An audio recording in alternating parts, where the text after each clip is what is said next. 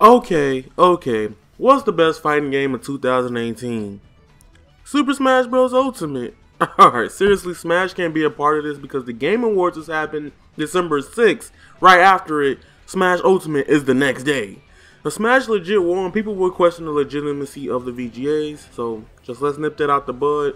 Smash is not a part of this list. 2017 was an amazing year for fighting games. I mean, in 2017, we had Injustice 2, Tekken 7, Guilty Gear Xrd Revelator, and Marvel vs. Capcom Infinite. Okay, but look, we're almost done with 2018, and the Video Game Awards announced the best fighting game of the year for 2018 nominees. The nominees for Best Fighter of the Year is Dragon Ball FighterZ, Soul Calibur 6, BlazBlue Cross Tag Battle, and Street Fighter V Arcade Edition. Now me, personally, looking at this list, a fighting game enthusiast, y'all might as well be like, yeah, we know you a weeb, so why is this so hard? Just go ahead and be a big head and pick Dragon Ball FighterZ. Look, this list is way more complicated than what you may think. Literally, I've made videos on various issues with all these games, and I want to give my honest opinion based on the final product the day each game released. To be honest with you, I love them all, and I think they're all amazing games. Like when I saw these nominees, I was easily going to pick DBFZ, but then I had to think about them as games entirely. Welcome to Avataryaya Best Fighting Game of 2018. We're about to go through a lot of games, so hit that like button and let's get it. Hold up. Yeah. Swirl. Alright, number one on the list I want to talk about is BlazBlue Cross Tag Battle. BlazBlue Cross Tag Battle is honestly my favorite fighting game of 2018. It has my favorite web series, Ruby. It has Persona 4 arena characters, NNID Birth, has so much sauce and cool characters. Also, I'm highly upset that Unionist or Unio didn't get nominated, but Street Fighter V Arcade Edition is on here. I know Unionist released in Japan in 2017, finally dropped worldwide almost everywhere in 2018, but it was nominated for both games, which would piss me off. Also, it honestly would have gotten Goldie for me if it was up there, but that's not the point right now. And then we got the most famous out of the bunch, the BlazBlue characters. I love BlazBlue Cross Tag Battle.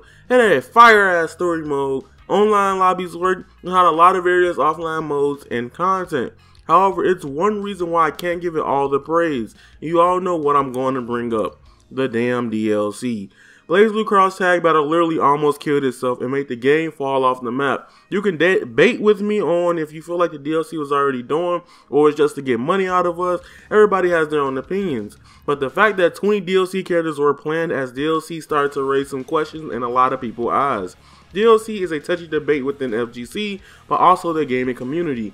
The reason why it hurts its chance, it seems like the game was completely unfinished, and well, as a lot of people are upset that Terumi, Naoto Kurogane, Sho Minazuki, and Ruby only had 4 characters, even though they were advertised the game heavily with Ruby, and 2 of them were downloadable by the way. So that's why I can't give BB Tag Fighting Game of the Year. Now the next one on the list I want to talk about is Street Fighter V Arcade Edition. Now I'm going to keep it real with you, Chief.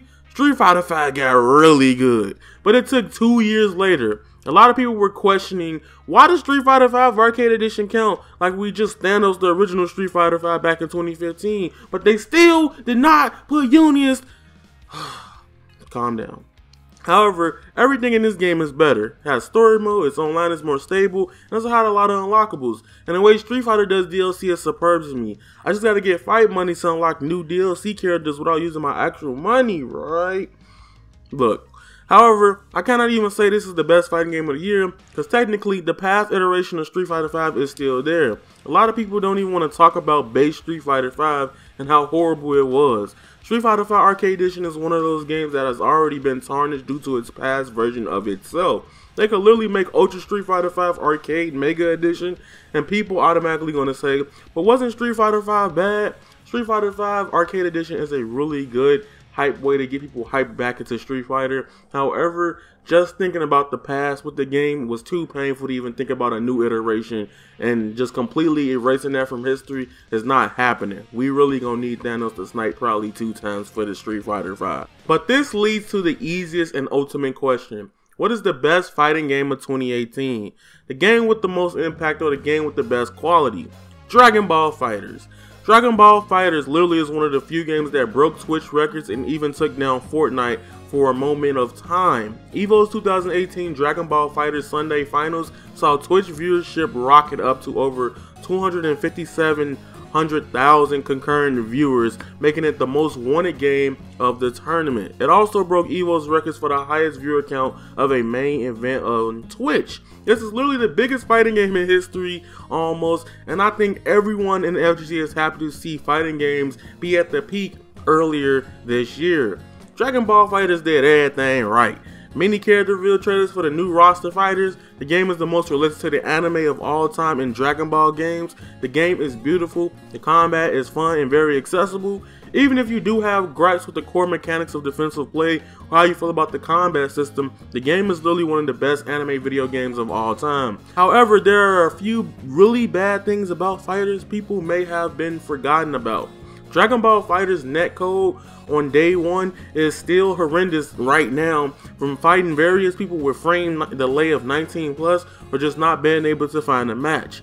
The offline content is arguably weak as well. The story mode is literally dry for the most part, and most people play through it just on like Android 21 and never care to play it again. And arcade mode is really cool, but after you unlock Goku Blue and Vegeta Blue, you stop playing them. So yeah, Dragon Ball FighterZ is really good. However, as a final product to many, it's questionable.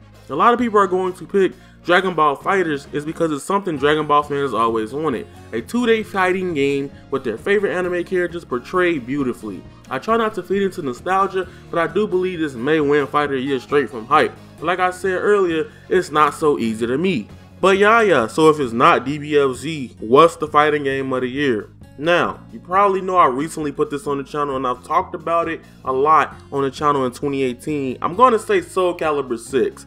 Soul Calibur 6 is such a perfect fighting game. It has everything DBFZ has, but with more and arguably better offline content and character creation. Soul Calibur 6 is hilarious, and the netcode works, and lobbies work day one with Soul Calibur 6, at least more so tangible than Dragon Ball FighterZ was day one. Soul Calibur 6, from the visuals to the graphics to even the gameplay, is amazing. By the way, for people who don't know, I'm typically super weak at 3D fighting games, and I get frustrated at Soul Calibur 6 for not understanding it, but then I realized it is too fun to give up. I haven't felt like this in years besides potentially BB Tag and maybe 2017's Injustice 2. The only problem with Soul Calibur 6 is dealing with stuff like this online.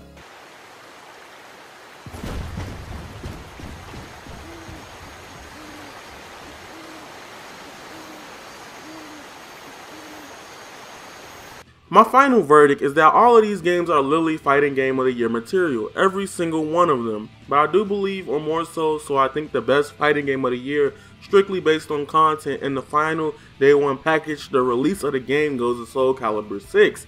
However, I do believe based on impact it created for gaming earlier this year, Dragon Ball FighterZ deserves it as well. All of these games are really good, so my final answer though is Soul Calibur 6 for a final product. For impact is Dragon Ball FighterZ. It's really hard to choose between those two because each games have done and portrayed itself beautifully to an audience, to consumers, and also made people like fighting games again. That being said, it's your boy Avataryaya, and remember, it sucks because if you remember Smash Ultimate could have potentially won, because if you looked at the Nintendo Directs for Smash Ultimate, it got more content before the game even came out. We ain't even got to play the game if you only went to a tournament or a convention or something like that. But listen, it's your boy Avataryaya. You guys are golden, and that is raw. Follow me on Twitter at avataryayaTV. Join my Discord in the description down below. We can talk about fighting games, video games, anime. And this is a channel where we do pretty much anime video games, and we play a lot of fighting games. And I also talk about Square Enix. So those are the three things I do on this channel the most. And I also talk about Nintendo here and there as well. That's only when they have directs though. So I'm out. Peace.